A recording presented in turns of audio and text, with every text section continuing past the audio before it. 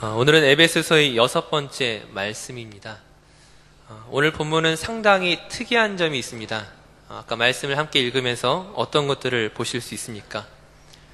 형식과 내용으로 본다면 기도문이죠. 근데 그 위치가 에베소 교회에 보내는 편지의 중간에 있다는 점이 상당히 특이한 것입니다. 우리가 일반적으로 편지를 쓰게 될 때에 굳이 기도문을 적는다면 그 편지의 앞이나 혹은 맨 마지막에 그 기도문을 적을 텐데, 바울이 다른 서신들을 봐도 마찬가지거든요. 다른 서신들을 봐도 바울의 기도가 들어가 있다면 대부분 앞이 아니면 뒤에 들어가 있는데, 지금 에베소서 교회에 편지를 보내는 가운데 갑자기 중간에, 한 중앙에 갑자기 기도문이 들어가 있다는 것입니다. 우리가 좀 이 기도에 대해서 한번 살펴보고자 하는데, 바울이 어떤 모습으로 기도하는지를 먼저 우리 본문 14절 15절 말씀을 한번 같이 읽도록 하겠습니다. 우리 에베소서 3장 14절 15절 말씀을 함께 읽겠습니다.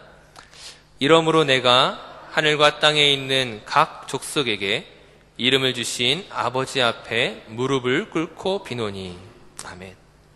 지금 바울이 어떤 모습으로 기도하고 있습니까? 편지를 써내려가는 도중에 중간에 무릎을 꿇고 갑자기 기도하는 모습으로 바꾸고 있습니다. 한번 이 장면을 우리가 영화를 보듯이, 그림을 그리듯이 한번 상상해 보면 좋을 것 같아요. 바울이 에베소 교회를 생각하면서 편지를 써내려가는 도중에 그 자신도 억누를 수 없는 어떤 깊은 감동을 느꼈습니다. 그동안 앞에서 에베소 교회를 향한, 성도를 향한 하나님의 놀라운 계획과 그 은혜와 뜻을 설명하다가 그 입술에서 터져나오는 기도를 막을 수가 없었다라는 거예요. 그 터져나오는 그 기도 때문에 쓰던 것들을 멈추고 떨리는 몸으로 조용히 무릎을 꿇고 있는 것입니다. 지금 바울이 가지고 있는 그 심정이 어떻게 느껴지십니까? 사실 이것은 바울의 갑작스러운 기도가 아니라 에베소서가 처음 쓰여지는 그 시작부터 한결같은 분위기였다는 거예요. 제가 에베소서 첫 번째 시간에 어떤 말씀을 드렸습니까? 바울이 편지 서두에서 찬송하리로다 라는 찬송으로 고백을 하였죠. 그 편지의 내용을 막상 시작하기도 전에, 그 교회를 향한 어떤 당부와 내용을 적기도 전에 이미 그 설명하는 내용을 말하려고 하니까 그에게서 터져나오는 찬송을 막을 수 없었음을 이야기 드렸습니다. 그만큼 에베소 교회를 향한 그 하나님의 놀라운 뜻과 계획을 생각할 때에 그것이 너무나 벅차다는 거예요. 너무나 놀라운 감동이 그에게 계속적으로 밀려오는 것들을 우리가 그려볼 수가 있습니다. 우리가 지금까지 살펴본 에베소서의 내용을 다시 한번 정리해 봤으면 좋겠습니다. 하나님께서 우리를 언제 선택하셨다라고 바울은 말하고 있습니까?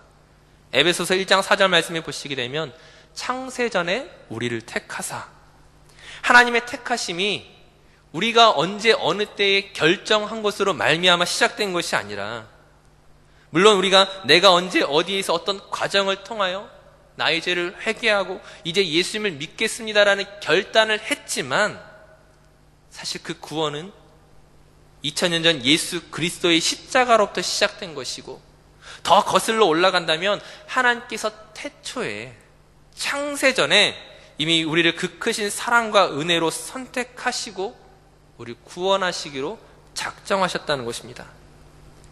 이런 놀라운 하나님의 그 구원을 이루시기 위하여 그 구체적인 방법이 무엇이라고 설명합니까?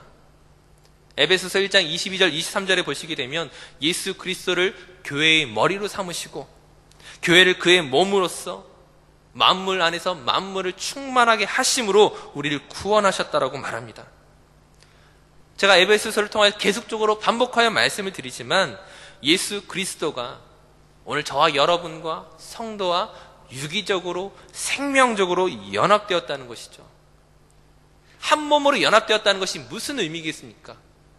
손이 잘못했다고 손을 자르지 않는 것처럼, 발이 잘못했다고 발목을 자르지 않는 것처럼, 우리의 연약함과 실수와 실패와 죄악으로 인하여 우리를 다시금 버리시지 아니하시고, 우리를 향한 그 구원을 취소시키지 아니하시고, 예수 그리스도의 영광을 그의 교회와 함께, 그의 몸된 성도와 함께 누리시겠다고 약속하고 계신 것입니다. 즉 이것은 무엇입니까? 우리의 연약함에 대해서 단지 참으실 뿐만이 아니라 그 교회의 영광을 드러내시기 위하여서 오늘 우리를 고치시고 싸매시고 힘주시고 능력 주심으로 우리를 바꾸시겠다는 것이죠. 에베소서 2장 10절 말씀을 보시게 되면 우리는 그가 만드신 바라 그리스도 예수 안에서 선한 일을 위하여 지으심을 받은 자니 이 일은 하나님이 전에 예비하사 우리로 그 가운데서 행하게 하려 하심이니라. 우리를 통하여 선한 일을 나타내시겠다고 말씀하십니다. 우리가 우리 자신을 잘 아는 것은 우리 안에 선한 것이 도무지 없음에도 불구하고 선한 일을 만들어낼 수 있는 능력이 없음에도 불구하고 우리를 통하여 선한 일을 예정하시고 계획하신 것이 하나님의 뜻이었습니다. 즉 하나님께서 우리를 그의 자녀 삼으신 것뿐만이 아니라 그 자녀답게 만들어 가시는 이 모든 성화의 과정이 무엇입니까? 하나님이 만드신 바 되는 작품이요 하나님의 솜씨라고 이야기하고 있습니다. 이제 그렇다면 그 하나님의 자녀다운 그 선한 일이 구체적으로 무엇이겠습니까? 에베소서 2장 16절을 보시게 되면 갈등과 분쟁만을 만들어낼 수밖에 없었던 그 우리를 이제는 예수 안에서 다른 이들과 화목하게 하시겠다고 말씀하십니다.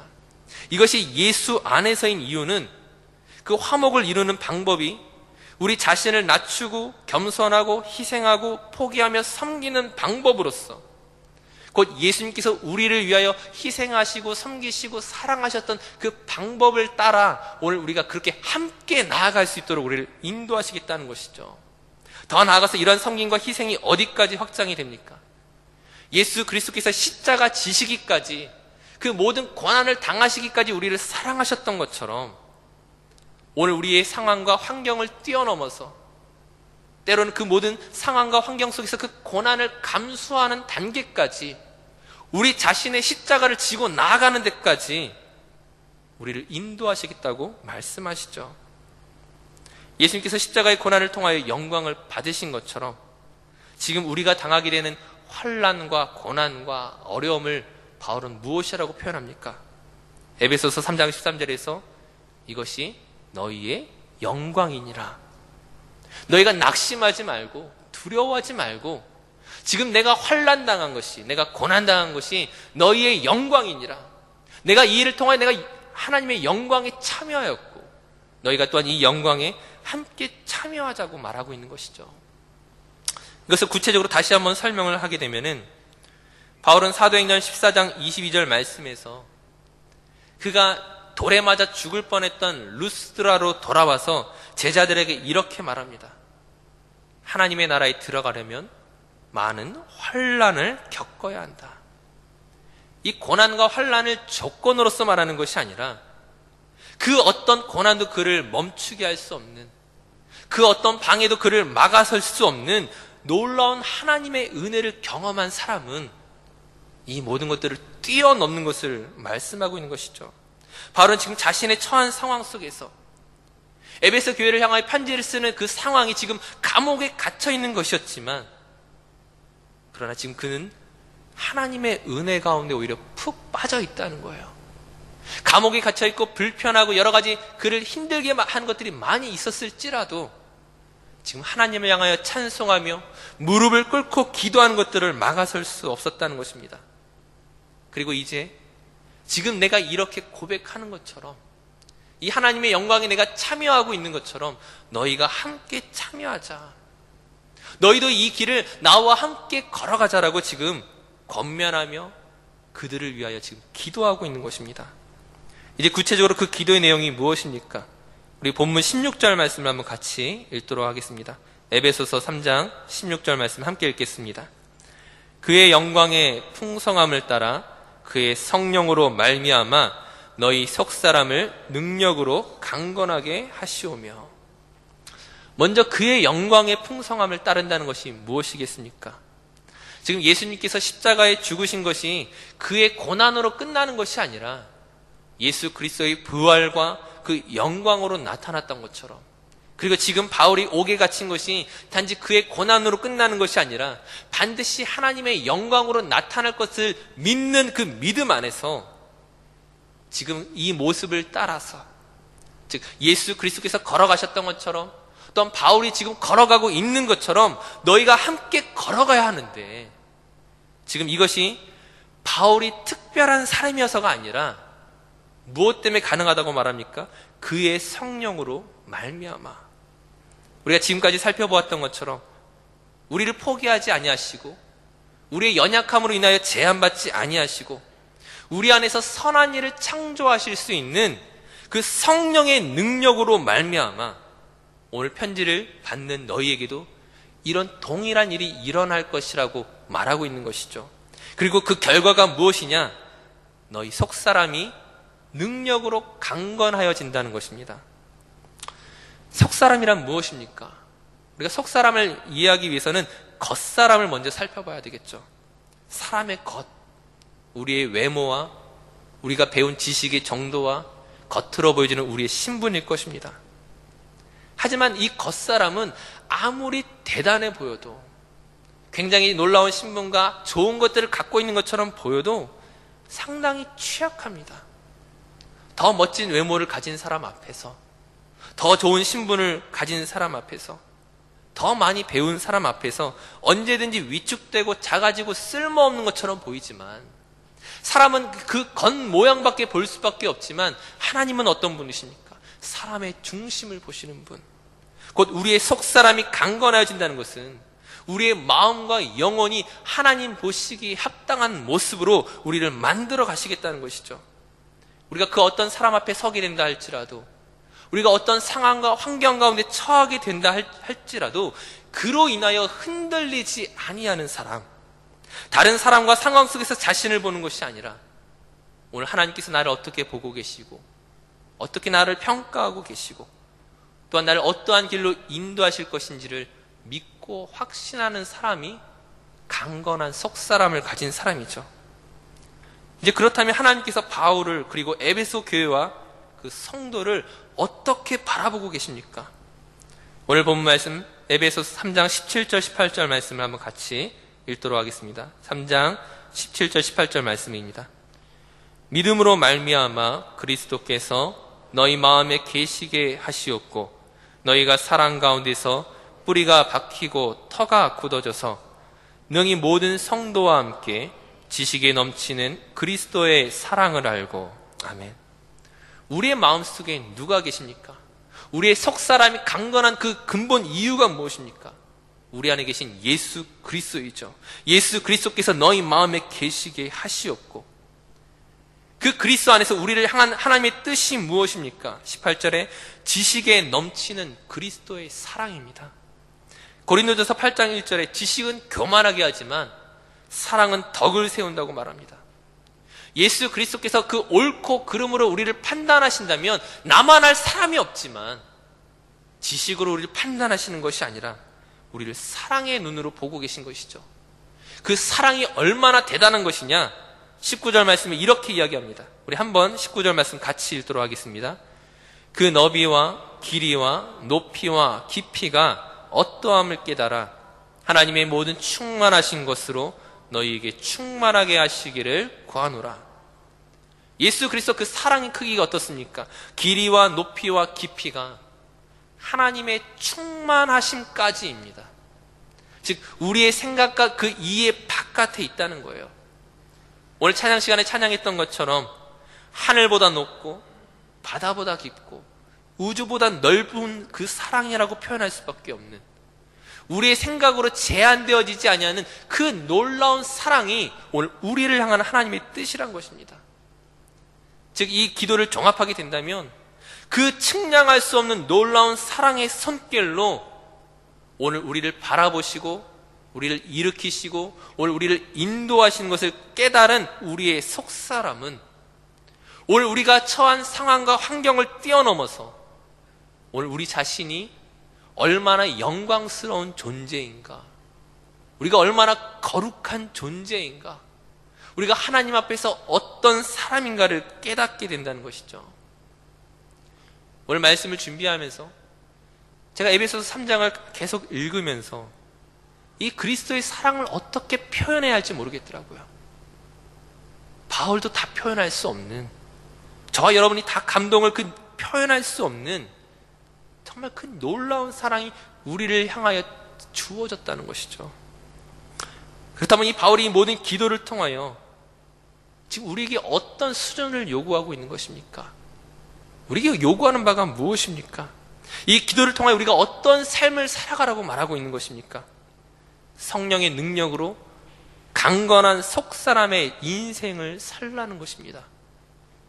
이것을 조금 더 분명하게 이야기한다면 성령께서 강건하게 해주시지 아니하시면 그러면 살아낼 수 없는, 통과할 수 없는 인생을 사는 것이 올바른 성도의 모습이라는 것이죠. 조금 더 직접적으로 이야기하면 예수 믿는 것으로 인하여 너희가 고난받는 것이 있느냐고 묻는 것입니다. 예수 그리스도를 통하여 고난받는 것이 너희의 영광인데 그 모든 영광을 감수하게 할 만한 성령의 능력 안에서 너희가 과연 살아가고 있느냐. 오늘 우리가 말씀 가운데 우리 자신을 점검해 봐야 되는 것은 혹시 우리가 아무런 걱정 없이 별탈 없이 아무런 문제 없이 살아가고 있다면 사실 그것은 성경적으로 이상한 일입니다. 무슨 말이냐? 내 능력으로 오늘의 인생을 살아가는 데 있어서 아무런 문제가 없다. 그리스도인의 삶이 아니라는 거예요. 그리스도인의 진정한 삶은 무엇이냐? 성령의 능력과 도우심이 있어야만 살아갈 수 있는 삶을 살아가야 한다는 것입니다. 왜 그렇습니까? 예수님을 믿는다는 것이 세상에서의 복된 일이 될 수 없기 때문이죠. 예수를 믿는 것은 손해를 보는 삶일 수밖에 없는 것입니다. 우리가 예수 그리스도를 따라서 그를 닮아감으로 말미암아 낮아지고 겸손하고 희생하고 섬기고 양보하는데 어떻게 세상적인 이득을 우리가 누릴 수 있겠습니까? 은혜 받은 자로서 마땅히 걸어갈 때에 결코 순탄한 삶을 살아갈 수 없습니다. 물론 그럼에도 불구하고 하나님께서 하시는 일들을 위하여 우리에게 세상적인 복을 허락하실 때가 있지만 그러나 본질을 이야기하는 거예요. 신앙인의 본질은, 그리스도인의 본질은 그것이 물질이든 관계이든 사회적 성공과 인정이든 그것이 무엇이든 간에 손해를 보는 삶일 수밖에 없다는 것이죠. 그렇기 때문에 우리의 힘으로 살아갈 수 없습니다. 우리가 그것들을 감당해 나갈 만한 능력이 없기 때문에 성령의 능력과 도우심 속에서 우리의 속사람이 강건하여지지 않으면 이것은 우리와 상관없는 삶이 될 수밖에 없다는 것이죠. 지금 바울이 이 기도를 통하여 하나님의 약속이 무엇이라고 말합니까? 오늘 우리가 하나님의 말씀을 따라 예수 그리스도를 따라 우리가 살아가려고 할 때에 하나님께서 능히 이 모든 일들을 감당할 수 있도록 그 놀라운 사랑으로 우리 안에 풍성한 은혜를 더하시겠다는 것이죠. 우리는 하나님의 은혜를 말하지만 내가 선택한 삶이 과연 하나님의 뜻을 따라 살아가고 있는지 늘 자기 자신을 돌아봐야 됩니다. 오늘날 많은 그리스도인들의 문제는 무엇입니까? 내가 그 길을 걸어가지 않으면서 다른 사람이 대신 그 길을 걸어가 주기를 바라는 것입니다. 그 길을 목사님이 걸어가겠습니까? 선교사님이 걸어가겠습니까? 교회의 장로님들과 중직들만이 그 길을 걸어가는 것입니까? 내가 11조를 드리고 선교헌금을 드리고 건축헌금을 드리고 감사헌금을 드린 것으로 나의 책임이 끝난 것입니까? 그렇지 않다는 거예요. 오늘 내가 이 삶을 살아가야 된다는 거예요. 바울의 이 기도는 특별한 누군가에게 이야기하는 것이 아니라 모든 성도, 모든 제자를 향한 기도이고 부탁입니다. 제가 중고등학교 시절에 굉장히 인기 있는 스포츠가 농구였습니다. 그때 당시에 연고전 혹은 고연전이라고 불리는 이 양 대학의 농구 시합이 항상 화제가 되었었죠. 근데 사실 그 시합에서 뛰는 선수들이 엄밀히 말하면 연대생, 고대생들이 아니죠. 돈을 받고 뛰는 용병과 다를 바가 없습니다. 막상 양 대학의 시합인데 실제로 그 일에 참여했던 학생들은 단지 응원만 할 뿐이라는 거예요. 우리 팀 이겨라, 우리 팀 이겨라. 막상 뛰고 있는 선수들은 엄밀히 말하면 그 학교의 학생들이 아니잖아요. 응원하는 것만으로 나의 책임이 끝난 것입니까? 그렇지 않다는 거예요. 그리스도인의 삶은 내가 그 필드에 내가 직접 들어가야 되는 것입니다. 목사나 장로님이나 다른 선교사님이 여러분의 삶을 대신해 주지 않습니다. 그 어떤 누구도 여러분의 인생과 신앙생활을 대신해 줄 수가 없습니다. 우리가 함께 믿음의 길을 걸어가는 동역자로서 조언하고 충고하고 기도해 줄 수 있지만, 그러나 각자가 믿음의 길을 걸어가야만 하는 것이죠. 그 길에 성령의 능력으로 오늘 우리의 속사람이 강건하지 않으면 온전하게 그 길을 걸어갈 수 없기 때문에 오늘 하나님의 은혜를 구하며 기도하는 것이죠. 우리가 그 길을 걸어가게 될 때에 두렵게 했던, 절망적으로 보였던 그 길이 사실은 영광의 길이고 생명의 길이고, 그 좁은 길이 사실은 우리 승리의 길임을 발견하게 될 것입니다. 우리 마지막으로 오늘 본문 20절, 21절 말씀을 한번 같이 읽도록 하겠습니다. 20절, 21절 말씀을 함께 읽겠습니다. 우리 가운데서 역사하시는 능력대로 우리가 구하거나 생각하는 모든 것에 더 넘치도록 능히 하실 이에게 교회 안에서와 그리스도 예수 안에서 영광이 대대로 영원 무궁하기를 원하노라. 아멘. 우리가 구하거나 생각하는 것 이상으로 주실 그 모든 것에 넘치도록 능히 하실 이에게 오늘 우리가 어떤 기도로 나아가겠습니까? 오늘 내가 처한 환경과 조건을 바꿔달라는 기도를 하지 마시고 그 모든 것을 영적으로 뚫고 넘어가서 하나님 나에게 원하시는 삶이 무엇인지, 오늘 교회 안에서 예수 안에서 풍성한 영광으로 인도하실 그 하나님의 놀라운 그 방법과 은혜가 무엇인지 우리가 그 길을 걸어가면서 하나하나 체험하고 누려야 되지 않겠습니까? 누군가에 향한 그 간증이 아니라 오늘 내 삶의 그 풍성한 간증을 통하여 하나님이 살아계심을 나타낼 수 있는 저 우리 모든 성도들 되시기를 간절히 축원합니다. 함께 기도하겠습니다. 우리 이 시간 함께 기도하도록 하겠습니다.